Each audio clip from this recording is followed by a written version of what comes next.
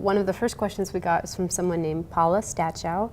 How do we prove to a team of colleagues that a child is struggling due to issues beyond language proficiency?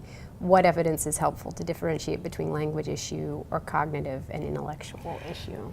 That's the big question. Again, building the trying to increase the amount of support we provide English language learners. So given that the students are receiving ESL, bilingual, good, pedagogy for them, and you look at their peers, like peers, right? So we're not comparing them to monolingual English children, but other English language learners who have very similar profile, and looking at their rate of progress and their performance in school. So when you compare like peers who are receiving rich, really robust ESL bilingual programming and culturally responsive practices, when those students don't make the progress that their like peers are making, then you do have to look at why that might be. Now, the reason might not always be a special education need.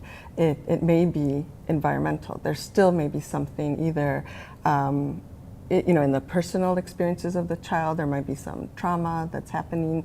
So we want to get in there early and support that child, because given a really rich learning environment, they're just not making the progress that their like peers, similar English languages are making. So we definitely want to support them as early as we can. We don't want children to fail, especially if we don't want to wait for them to struggle so much. We want to be proactive and go in and support them as early as possible.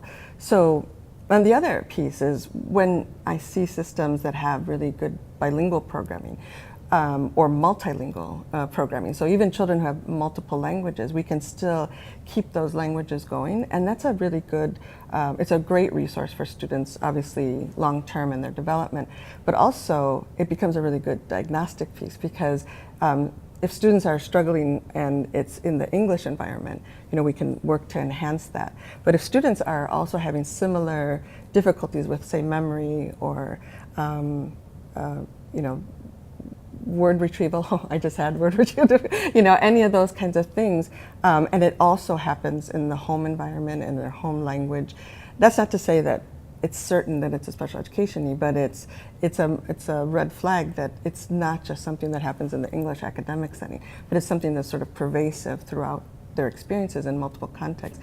And then we do need to collaborate with our colleague and, what might be the cause of these difficulties. And there are students who are English language learners who also have special education needs. But I think we're going to talk a little bit about collaboration, but it's so important throughout the entire process that we talk with our colleagues across disciplines to get their insights into what might be happening with the students.